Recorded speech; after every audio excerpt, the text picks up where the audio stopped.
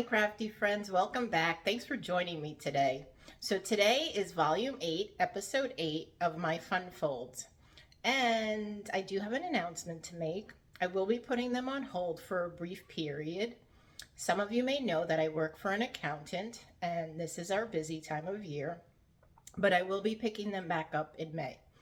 Since I didn't have anything for the end of March, I wanted to do this last one just so I could make this announcement. It's very quick and easy. Let's get the camera turned down and we'll get started. You know, I had this sitting on my desk probably for 2 months that I had made this fun fold card. And I didn't want to show it yet because I felt it was a little more complicated, lots more pieces to go with it. But I did come up with an easier version of it, and I hope you'll like it. So that's what I'll show you today. But this opens up, and it's kind of like an easel card. You know, it would stand up like this. It's mantle worthy.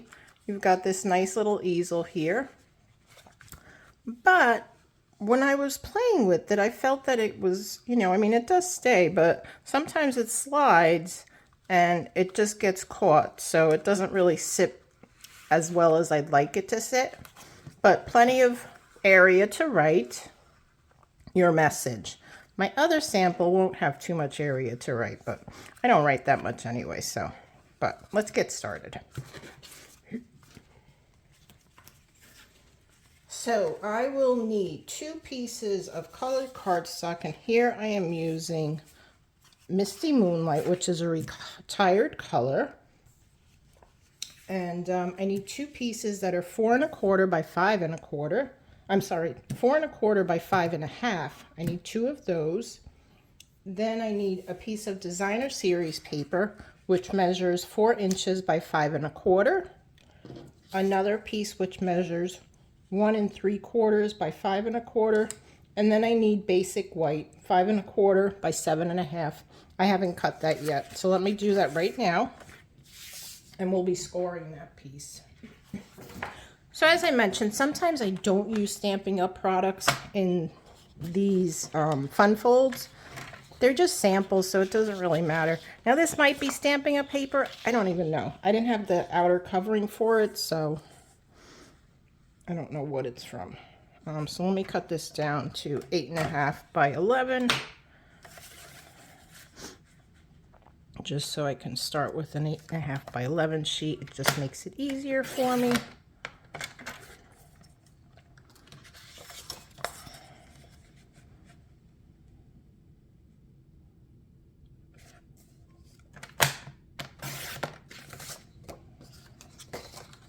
And now we can cut this 5 1/4 by 7 1/2. So I'm going to go 5 1/4 this way.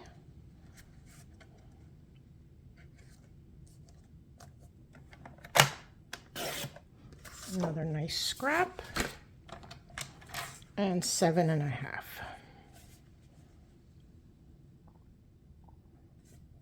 And on this piece, we're going to be scoring it.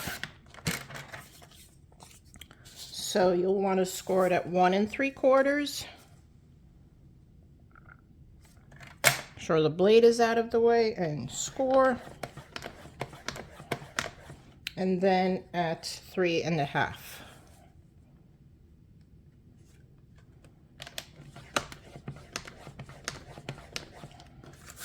And that's it for that.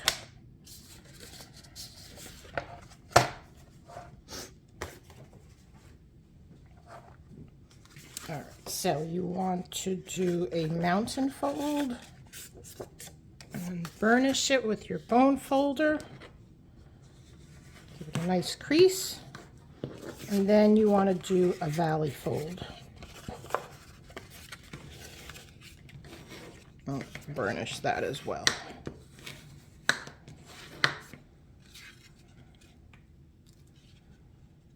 Okay, so I'm going to start by placing the designer series paper, and this is retired. I believe it was called On the Horizon. It was beautiful paper. I seem to hoard all this pretty paper, but I really need to use it, so I decided it's time to use it on my fun folds And this way I'll be able to keep them and look at the pretty paper all the time. Next, I want to put down my white piece. And this is going to go on the base here, and you want to center it. So we'll apply some adhesive.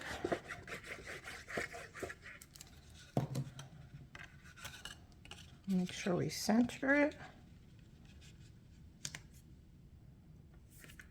And that's why I like using the liquid adhesive, because I can wiggle it around a little bit, make sure it's centered.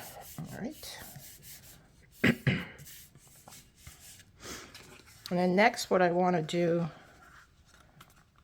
make sure I have this right before I go on. Nope, I folded these wrong. All right, so this should have been a mountain and this is a valley, I think. Hang on, hang on, hang on. Yes. Now, how does it go? Okay, I did it right. Scratch that. All right, so I'm going to put some adhesive here.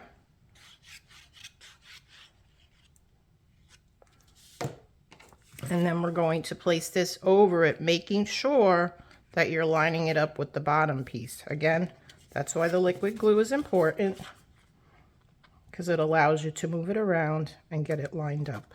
And I can use the bottom of my trimmer here just to make sure it's lined up nicely.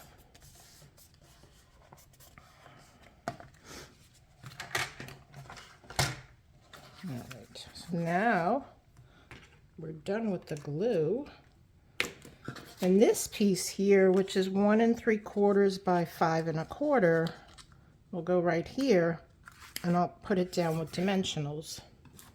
And I'm using some dimensional. I have these, they're foam adhesive sheets. They're really nice because then you can cut them down any size you want. So I have one piece here.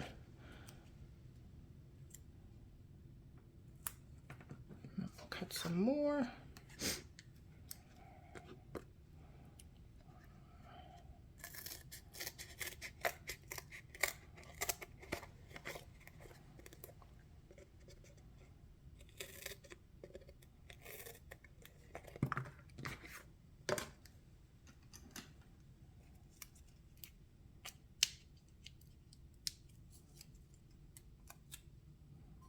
There, and I'll put another one on the end over here.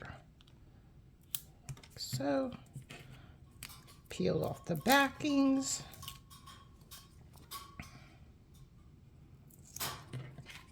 And then this I'm going to line up with the edge, the bottom edge of my basic white. Like so. And then that will sit up on a mantle to be displayed nicely. Fairly easy, right? So let me write down the measurements for this one. And then you can screenshot it if you like. I have a pencil here. Yes. Okay, so we have our colored cardstock. And you need 2 pieces, 4 1/4 by 5 1/2, designer series paper, which is cut at 4 by 5 1/4, another piece of designer series paper, which is 1 3/4 by 5 1/4, and then your basic white, which is 5 1/4 by 7 1/2, score 1 3/4 and 3 1/2. So there you go. And here's my sample and the card we just made. So I hope you've been enjoying this series. As I said, this will be my last one until May. However, I will continue to do my Tuesday tutorials. I just needed to cut one down because I did pick up extra hours at my accounting job. So gang, make sure you share this with your other friends, and be sure to give me a like on Facebook.